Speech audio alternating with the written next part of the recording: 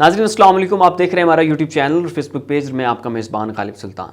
नाज़रीन, हमारी आज की इस वीडियो में दो इंतहाई अहम खबरें शामिल हैं। एक बहुत बड़ी खुशखबरी है जबकि दूसरी एक छोटी सी बुरी खबर है। तो पहले हम खुशखबरी से शुरू कर लेते हैं और बाद में उस बुरी खबर को देखते हैं।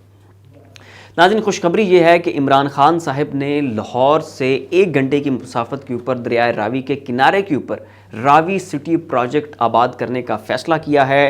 नाज़रीन, चूँकि लाहौर के ऊपर बोझ बहुत ज़्यादा है, वहाँ पर आबादी बहुत ज़्यादा बढ़ रही है और बहुत सारे वहाँ पर मसाइल पैदा हो रहे हैं, तो उस आबादी को कंट्रोल करने के लिए लाहौर से भी बेहतर ज़्यादा जदीद शहर जो है वो दरियाए रावी के किनारे के ऊपर आबाद करने का फ़ैसला किया गया है। इसके ऊपर नाज़रीन $20 बिलियन की लागत आएगी।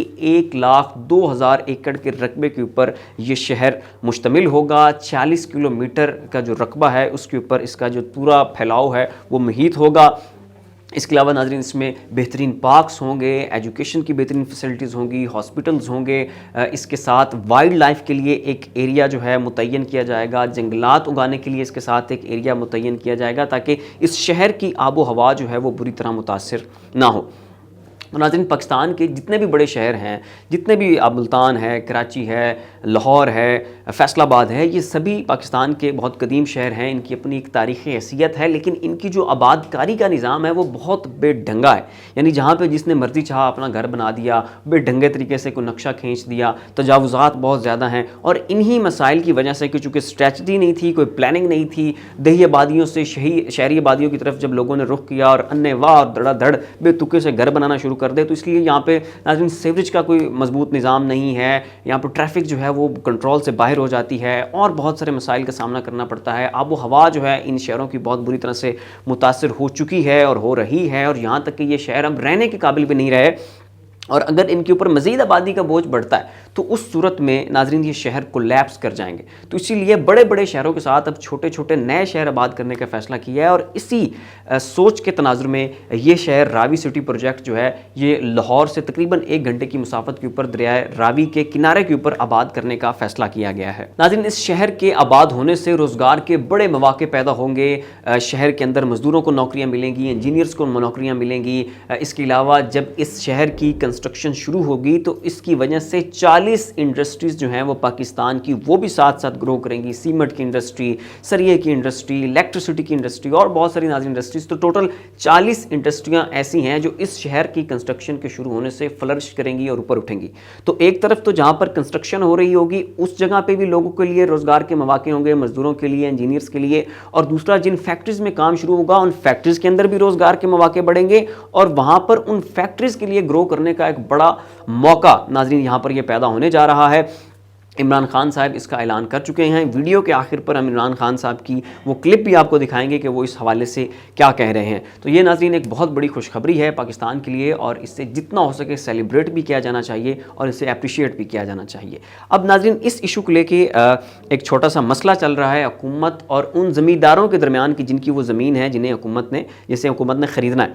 तो नाज़रीन, ज़मींदार जो हैं वो उस रकबे से अच्छा खासा पैसा कमाते हैं। चूँकि दरिया के किनारे के ऊपर वो ज़मीन आबाद है तो बड़ी वो ज़रख़ेज़ ज़मीन है, सोना उगलती है। वहाँ पर मकई, धान, गंदम और सब्जियाँ और बहुत सारे फ्रूट्स उगाए जाते हैं और फिर उन्हें गाड़ियों के ऊपर लाद के सिर्फ 1 घंटे की मुसाफत के ऊपर लाहौर की मंडियों में बेच दिया जाता है। तो ज़मींदार जो है वो वहाँ से एक बहुत बड़ा रेवेन्यू और बड़ा प्रॉफिट कमाते हैं। लेकिन अब नाज़रीन हुकूमत जो है वो उनसे बड़े सस्ते दामों उनकी ज़मीनें खरीदना चाहती हैं। तो यहाँ पर नाज़रीन ज़मींदारों का कंसर्न ये है कि भाई अगर आप हुकूमत हमारी ज़मीनें खरीद रही है, एक तो ये हमारे जो है ज़रिया मौश है उसे लात मार रहे हैं और दूसरा फिर ये हमें हमारी जो ज़मीन है उसकी मुनासिब कीमत भी अदा नहीं कर रहे हैं। तो यहाँ पर नाज़रीन फिर ज़मींदारों ने अपने बड़े तगड़े तगड़े वकील किए और मामला लेके वो पहुँच गए अदालत कि भाई अगर आप हमारी ज़मीन खरीद ही रहे हैं, एक तो आप ज़बरदस्ती कर रहे हैं और दूसरा हमें हमारा मुआवजा भी नहीं मिल रहा है। तो यहाँ पर नाज़रीन हुकूमती इन्वेस्टर्स और हुकूमती इंतज़ामिया के ऊपर एक बहुत बड़ा ये सवाल उठता है कि भैया आप उनसे अगर ज़मीनें ले रहे हैं और वो भी उनकी ज़रख़ेज़ ज़मीनें, उनका ज़रिया माश उनसे छीन लें, तो फिर कम से कम उन्हें वो अमाउंट और वो रकम तो दें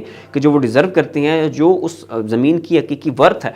तो ये मामला नाज़रीन अब अदालत में लग चुका है और ये कोई बहुत बड़ा मसला नहीं है, इसका कोई ना कोई हल निकल आएगा। ये ऊँट किसी न किसी करवट जो है वो बैठ जाएगा।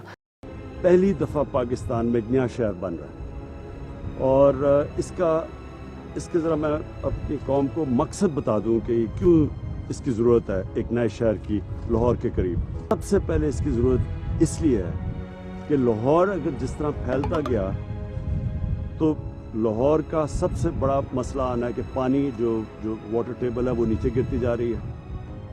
दूसरी चीज़ वेस्ट डिस्पोजल, जिस तरह फैलता जाएगा हम वहाँ का जो सॉलिड वेस्ट है, जो गंदगी है, उसको हम सही तरह उठा नहीं सकते। अभी भी बड़े मसले हैं गया लाहौर। तीसरी चीज़ ये कि जो रावी का दरिया है वो बिल्कुल सुकड़ता जा रहा है और वो बन जाएगा एक सिर्फ सीवरेज का नाला।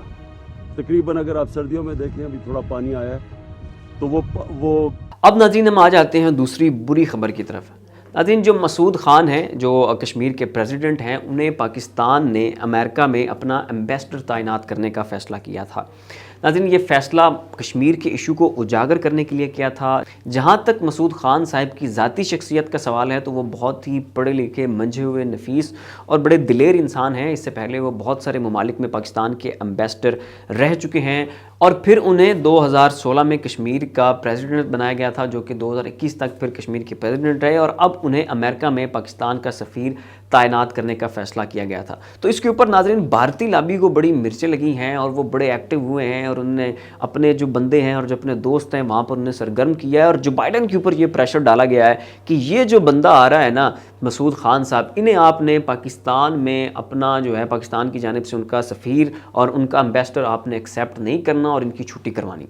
और अगर ये आप करेंगे तो आपके और हमारे तल्लुकात जो हैं वो ख़राब हो जाएंगे। और ख़ुद अमेरिका के अंदर से भी आवाज़ें उठना शुरू हो गई कि अगर मसूद ख़ान पाकिस्तान के एम्बेसडर अमेरिका में लगते हैं तो फिर अमेरिका और भारत के तल्लुकात जो हैं वो बहुत बुरी तरह से मुतासर होंगे।